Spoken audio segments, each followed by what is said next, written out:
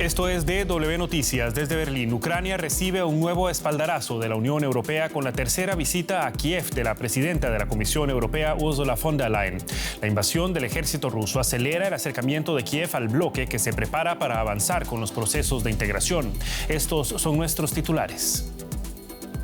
Ursula von der Leyen llega a Kiev y asegura que Europa estará al lado de Ucrania el tiempo que sea necesario. El presidente ucraniano intenta acelerar el paso para que su país forme parte de la Unión Europea. Además, Rusia y China se comprometen a ampliar sus programas de cooperación bilateral. Los presidentes Vladimir Putin y Xi Jinping se reúnen por primera vez en persona desde el inicio de la guerra en Ucrania. Ambos dicen estar a favor de estrechar sus lazos. Y este 15 de septiembre es el Día Internacional de la Democracia. Haremos un repaso del estado de las democracias en América Latina, donde Brasil y El Salvador son casos recurrentes en los llamados de advertencia de organismos internacionales.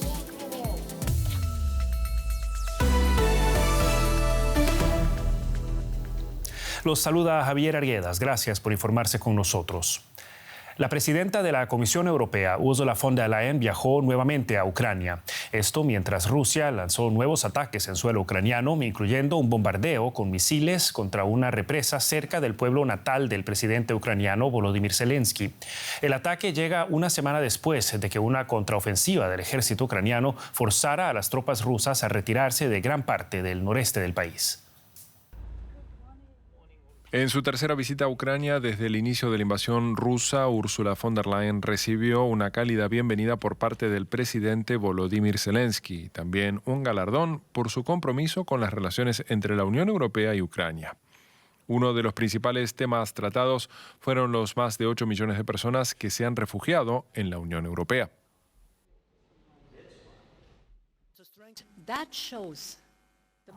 Eso muestra la parte más importante. Por supuesto, queremos dar a nuestros amigos ucranianos todo el apoyo posible cuando lo necesiten, pero también sabemos que anhelan volver a casa. Mientras el tren nocturno que transportaba a von der Leyen se dirigía a Kiev, cohetes rusos alcanzaron una presa en Kryvyi Rih, la ciudad natal del presidente Zelensky. El ataque provocó una inundación que anegó calles y casas e interrumpió el suministro de agua potable.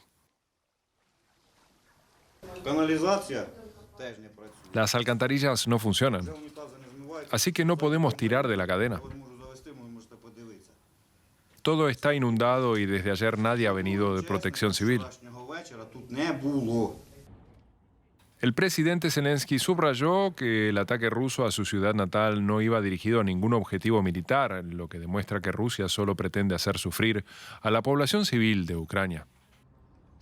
Bien, la enviada especial de DW, Emanuel Schatz, se encuentra en la ciudad de Kharkov cubriendo esta guerra para nosotros. Emanuel, ¿qué tal? Muy buenas noches para vos. Ha habido reportes de ataques con misiles de largo alcance durante la madrugada. ¿Cuál es la situación actual allí donde estás?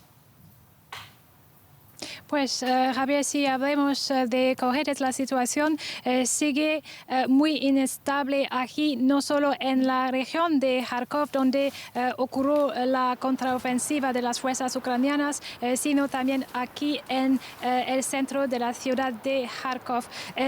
La noche pasada tuvimos que ir a un búnker después de una explosión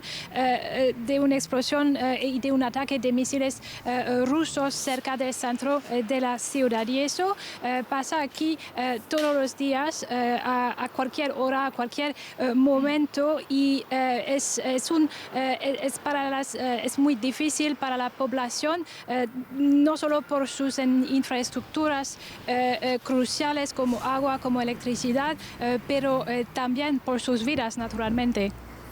Por supuesto, lo mencionabas ya, Manuel, la región de Kharkov ha sido recién retomada por Ucrania. ¿Cuáles son tus impresiones haciendo los recorridos y cómo ha reaccionado la población a la retirada de las tropas rusas?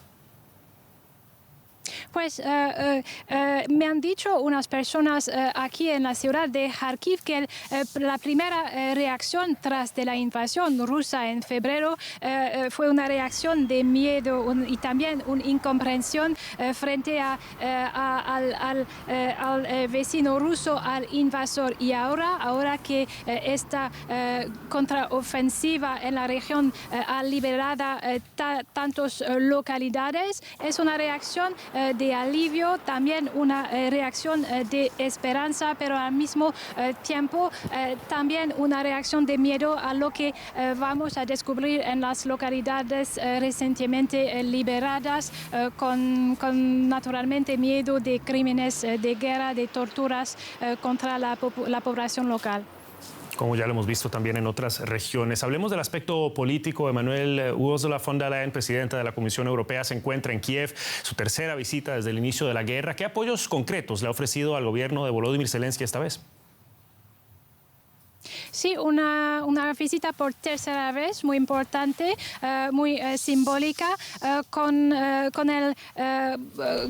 un aseguramiento de la presidenta de la Comisión Europea, que Ucrania tiene encaminando su proceso de adhesión a la Unión Europea. También se habló del apoyo financiero europeo a Ucrania, con la presidenta asegurando que 5.000 millones de euros podrían estar a disposición de Ucrania en octubre, a partir de octubre, eso para la reconstrucción y también para el apoyo humanitario. No tuvimos grandes declaraciones sobre un apoyo militar, pero Ursula von der Leyen también habló de la necesidad de apoyar a Ucrania con asistencia militar, y podemos quizás acabar con una anécdota divertida. Durante la comida de trabajo entre Ursula von der Leyen y el presidente Volodymyr Zelensky, se sirvieron sandías y melones de las localidades recientemente liberadas de la región de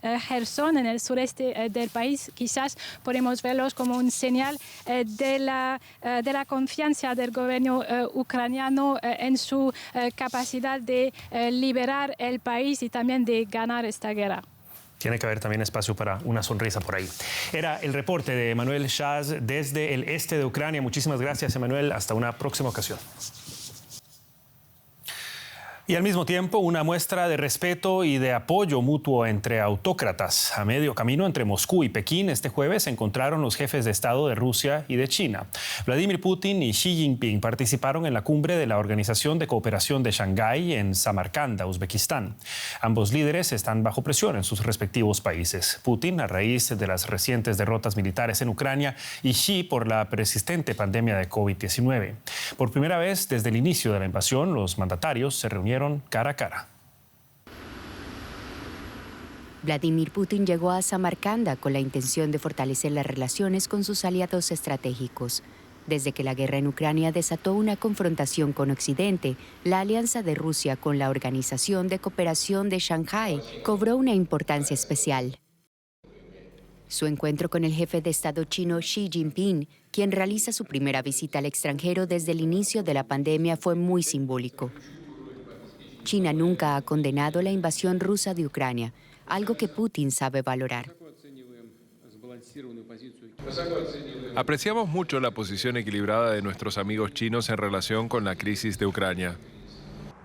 Rusia y China en un frente común contra Occidente. Otros actores de la alianza son algunas ex-repúblicas soviéticas de Asia Central, así como India, Irán y Pakistán. El presidente turco Erdogan también se encuentra en Samarcanda y tiene previsto reunirse con Putin el viernes. Desde el inicio de las sanciones de Occidente contra el Kremlin, hay una aproximación en lo económico entre Rusia y China. Los productos chinos llenan los mercados vacíos en Rusia. Por su parte, China es el mayor comprador de petróleo ruso. Por ello, Xi Jinping también hace hincapié en la alianza con Moscú. China está dispuesta a asumir, junto con Rusia, el papel de grandes potencias y a asumir un liderazgo para aportar estabilidad y energía positiva a un mundo sacudido por el malestar social. Paralelamente a la reunión en Uzbekistán, los ejércitos de Rusia y China están realizando maniobras conjuntas en el Pacífico. Los socios también colaboran estrechamente en el plano militar. Pero también hay, desde luego, dinero en juego. Por eso está ya con nosotros Juliana González y la economía. Por supuesto, Javier, el encuentro entre Putin y Xi Jinping tiene también un importante significado económico. Los productos chinos llenan ahora los vacíos que las sanciones de Estados Unidos, Europa y otros países han dejado en el mercado ruso. El aumento de los intercambios comerciales entre Pekín y Moscú va en aumento. Entre abril y julio, China importó un 17% más de crudo ruso. Las importaciones de gas natural licuado ruso aumentaron un 50% y las de electricidad un 39%. Ambos países se benefician. China pagando precios más bajos a Rusia y Rusia recuperando parte de los ingresos perdidos por las sanciones occidentales. Y China fue hoy un tema también de la reunión de ministros de Economía de las 7 potencias del G7. El ministro alemán Robert Habeck, anfitrión, anunció una política comercial más sólida frente a Pekín. En este contexto, Habeck criticó las medidas proteccionistas de China y la actitud de Alemania y de sus pares de permitirse un comercio sin miramientos con el gigante asiático.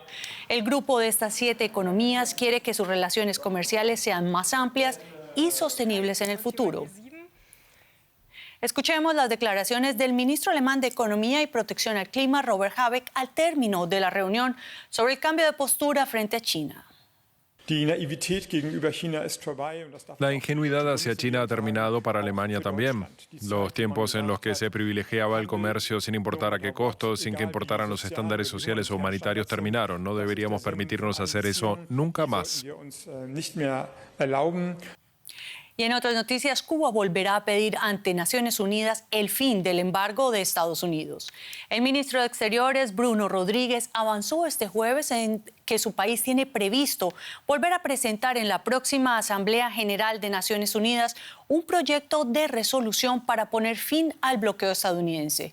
Este conjunto de sanciones de corte económico, comercial y financiero que empezaron hace 6 décadas han ido endureciéndose progresivamente hasta las últimas 234 medidas del anterior presidente de Estados Unidos, Donald Trump. El bloqueo es una de las razones de la actual crisis que atraviesa Cuba. La isla está necesitada de liquidez en momentos de crisis de abastecimiento y caída del peso. Y hablamos de estas sanciones con Ana Nieto, mi colega desde Nueva York. Ana, ¿qué posibilidades hay de que en el corto plazo la administración de Joe Biden levante o al menos flexibilice las sanciones a Cuba, unas sanciones que están desangrando a la isla? Pues la posibilidad sería bastante sorprendente, porque aunque en campaña Biden dijo que iba a relanzar las relaciones con Cuba, este fue, si recuerdas, uno de los países que no estuvo invitado a la Cumbre de las Américas celebrada en Los Ángeles en junio. Cuba se mantiene por Estados Unidos en la lista de patrocinadores del terrorismo y Biden está manteniendo la mayor parte de las sanciones que impuso Trump a la isla. Aunque durante el incendio de los tanques de petróleo de Matanzas el pasado mes de agosto hubo alguna coordinación técnica entre los dos países y se han ampliado algunos programas de reunificación familiar, lo cierto es que Biden está optando por la línea dura. Tanto es así que el exasesor de Obama, que fue el artífice de la apertura de Estados Unidos a Cuba durante la presidencia de Barack Obama, ha dicho que está muy decepcionado con el rumbo que está tomando la administración de Biden con respecto a la isla y que está confundiendo muchísimo a los cubanos. Hay que recordar que este es el año número 30 en el que Cuba presenta esta resolución que está normalmente apoyada por casi todo el mundo, salvo Estados Unidos. El año pasado, la administración de Biden también se opuso a esta resolución en Naciones Unidas y solamente una vez se abstuvo. Fue en el año 2016 con Barack Obama presidente.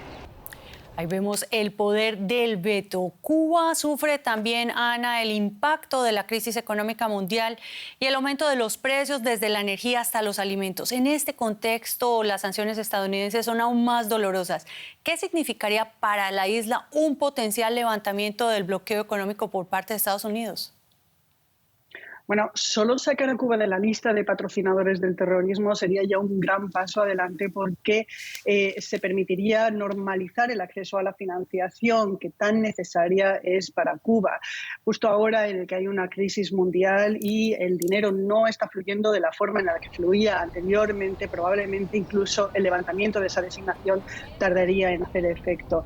La mayor parte de las relaciones comerciales de productos icónicos de la isla está en manos de los europeos, pero las relaciones comerciales entre Estados Unidos y Cuba serían inmediatamente un boom para las dos economías, seguramente. Sobre todo cuando tenemos en Cuba una mano de obra muy cualificada y Estados Unidos piensa dónde relocalizar muchas de sus industrias en todo el mundo.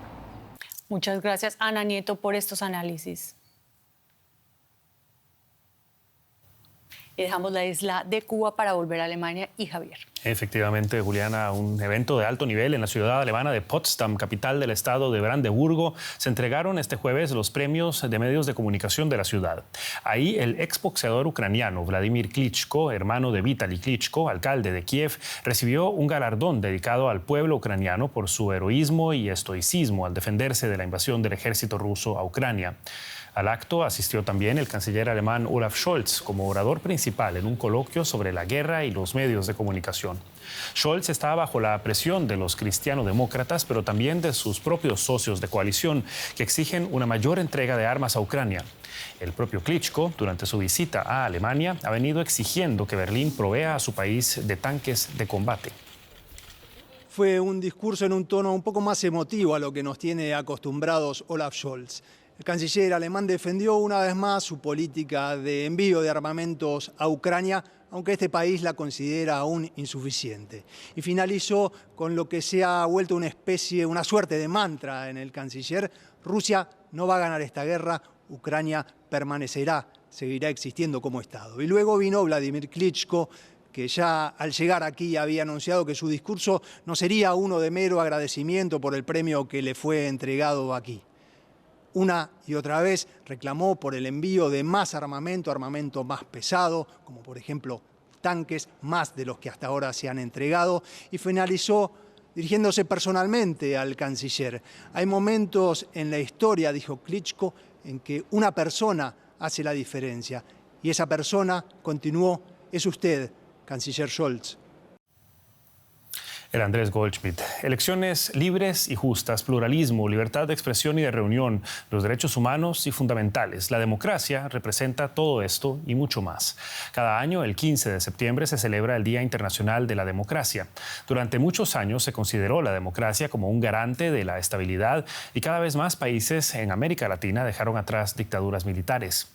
Pero hoy, países que antes tenían sistemas democráticos están avanzando hacia la autocracia, entre ellos frecuentemente señalados Brasil y El Salvador.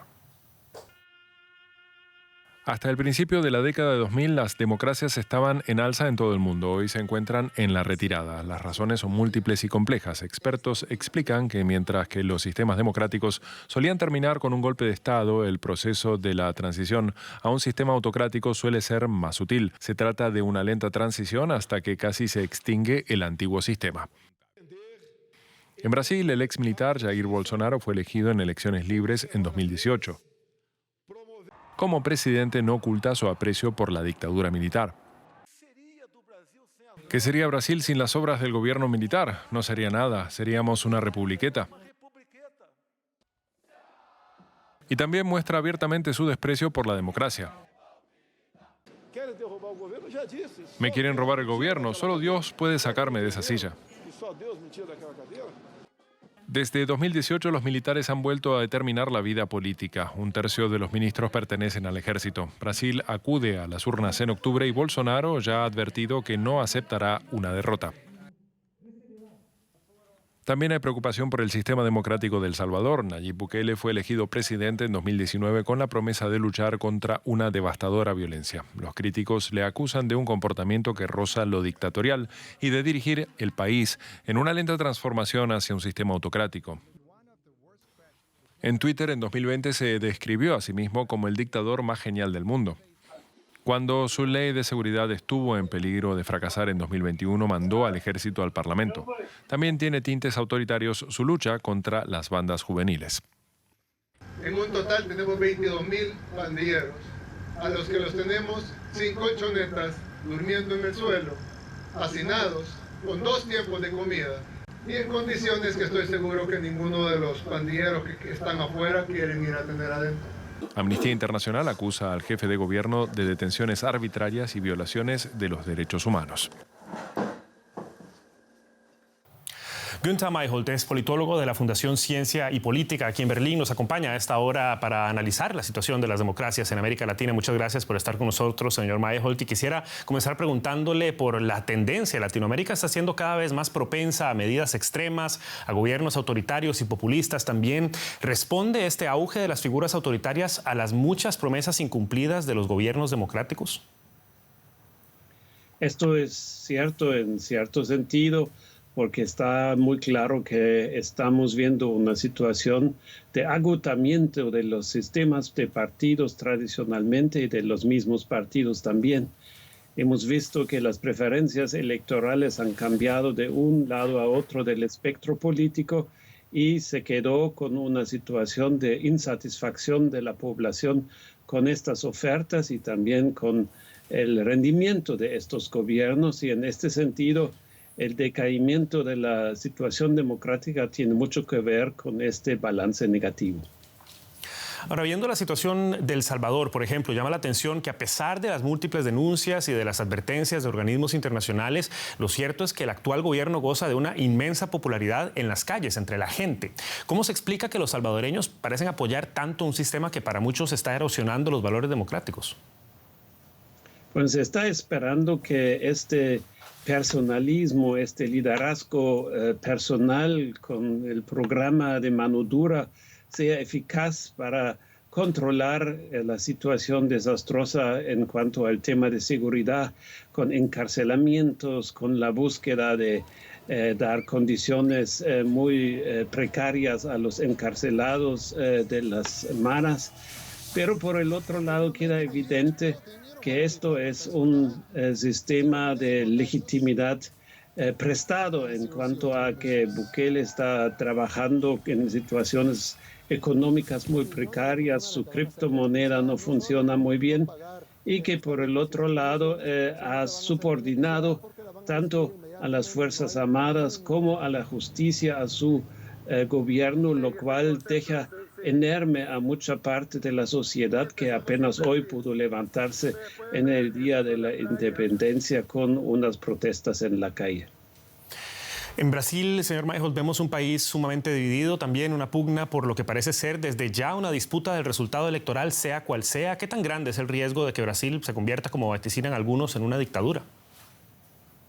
Bueno, el mismo presidente Bolsonaro está utilizando este argumento para fortalecer su situación electoral que no le favorece en las encuestas en este momento. Y está jugando justamente con el peligro de un golpe militar, anunciando o dejando entrever que esto podría ser una opción. Pero tenemos que estar claro que hay una sociedad civil fuerte, una sociedad civil que va a defender la democracia. En este sentido, creo que estas amenazas son parte de la campaña electoral, pero que no vayan a tener que prosperar forzosamente como él lo trata de presentar cuando el resultado electoral no le favorece. Era el análisis de Günther Myholt de la Fundación Ciencia y Política aquí en Berlín. Señor Myholt, muchas gracias por estas apreciaciones. Con mucho gusto. Y así como en el resto de países centroamericanos, este 15 de septiembre se celebró el Día de la Independencia en El Salvador. Como lo veíamos, con motivo de la fecha, cientos de salvadoreños salieron a las calles para protestar contra los abusos durante el régimen de excepción impuesto por el gobierno de Nayib Bukele a finales de marzo y prolongado por sexta vez el miércoles por la Asamblea Legislativa. Estas marchas, sin embargo, fueron opacadas por otras compuestas por trabajadores de entidades oficiales y ciudadanos de varias regiones que dijeron haber sido llevados en buses gubernamentales hasta la capital, San Salvador. La manifestación oficial estuvo acompañada por un fuerte dispositivo de seguridad. En ese país aumenta la tensión por el rechazo a la deriva autoritaria del gobierno, mientras aumentan también las denuncias de abusos por la suspensión de garantías constitucionales. Y finalizamos con una noticia del mundo del deporte. Roger Federer, ganador de 20 títulos de Grand Slam, anunció su retirada del tenis profesional. El suizo de 41 años disputará su último torneo ATP a finales de este mes, la Copa Laver de Londres. Federer no había disputado un torneo profesional desde 2021 en Wimbledon, tras el cual fue sometido a su tercera operación de rodilla. En su cuenta de Instagram afirmó que su cuerpo le había enviado un claro mensaje. Citamos: "He jugado más de 1.500 partidos a lo largo de 24 años y ahora debo reconocer que es el momento de terminar mi carrera competitiva". Y el periodista deportivo Sebastián Fest se encuentra para nosotros desde Buenos Aires para analizar esta noticia que tal vez toma por sorpresa a algunos en el mundo del deporte, a otros no. ¿Qué tal, Sebastián? Un gusto saludarte. Bueno, Federer estuvo alejado de las pistas en diferentes ocasiones en los últimos años por esas frecuentes lesiones. ¿Qué tan sorpresivo es entonces este anuncio? ¿Qué tal? Un placer. En efecto, se operó Federer de la rodilla 3 veces entre 2020 y 2021 con un objetivo que era volver a jugar. Él sentía que tenía tenis suficiente como para todavía jugar un año más y despedirse en sus términos. Por lo tanto, el anuncio es sorpresivo por la forma en que se produce, porque no había noticias de que la situación se hubiera agravado, pero es al mismo tiempo esperable en un hombre de 41 años. Ahora, sin duda, Federer es una de las figuras más respetadas, pero también más queridas en el deporte. ¿Cuál es su legado? Pero su legado es el de una rivalidad fantástica, por ejemplo, con Rafael Nadal, que es una rivalidad que en el deporte y en el tenis, sobre todo el tenis, se ha acostumbrado a gente de mal carácter, como podía ser John McEnroe, rivalidades muy fieras, impusieron una especie de era de paz y amor que impregnó al resto del circuito. El circuito de tenis es mejor gracias a Federer y a Nadal. Y en lo que a él respecta específicamente, es un jugador de una técnica exquisita que cuando lo sigamos viendo en los años por venir, vamos a continuar asombrándonos por lo que era capaz de hacer con una raqueta. Y no cualquiera lo hace al borde de los 40 años, como fue el caso suyo. Un grande del tenis se despide de su carrera profesional. El análisis de Sebastián Fest desde Buenos Aires. Muchísimas gracias, Sebastián. Y con esto finalizamos la presente edición de DW Noticias. Gracias por habernos acompañado. Recuerden que pueden mantenerse al tanto de la actualidad en nuestro sitio en internet, buscarnos en nuestras redes sociales como DW Español o también nuestra señal en vivo las 24 horas, DW Español en vivo en YouTube. Soy Javier Arguedas, en nombre de todo el equipo aquí en Berlín. Hasta la próxima y que la pasen bien.